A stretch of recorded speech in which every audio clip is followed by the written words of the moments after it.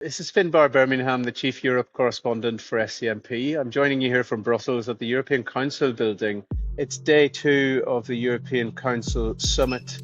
And last night, for the first time for 3 years, the 27 political leaders of the European Union had a substantive discussion about China policy.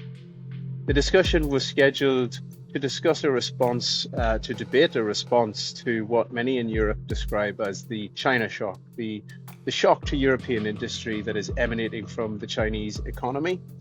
So last night, the European Commission, which is just across the road here, presented several scenarios, and they presented the leaders with lots of statistics about how they assess the situation, the complaints that are coming from European businesses, and they recommended several paths forward.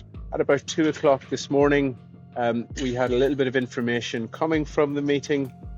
We understand that the leaders have agreed to work on a set of new instruments. So they've given the Commission, which manages the trade policy for the 27 member states, they've tasked the Commission with coming up with some new tools to deal with this challenge that they see coming out of China. They also told the Commission to use the existing trade instruments that they have more strongly. What does this all mean, actually, when you boil it down? I think this means that we're in for a rocky period in the EU-China relationship.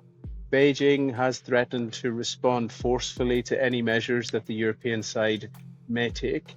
The sense I have from speaking to some of the leaders here this morning as they arrived in the European Council is that there's more unity than there has been before on China. There's some alignment, I don't want to say consensus, but there's certainly more alignment than there has been in the past about the diagnosis of the problems that they see in the trading relationship.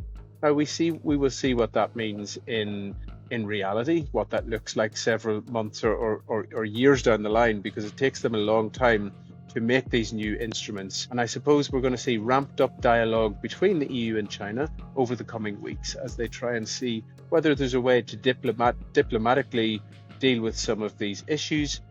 I think we're also in for a period of tension. I think we're going to start to see more and more threats coming from Beijing. And we'll see whether Europeans can hold the line, whether they have the stomach for a fight. But it looks as though we're in for a rocky period in the bilateral ties.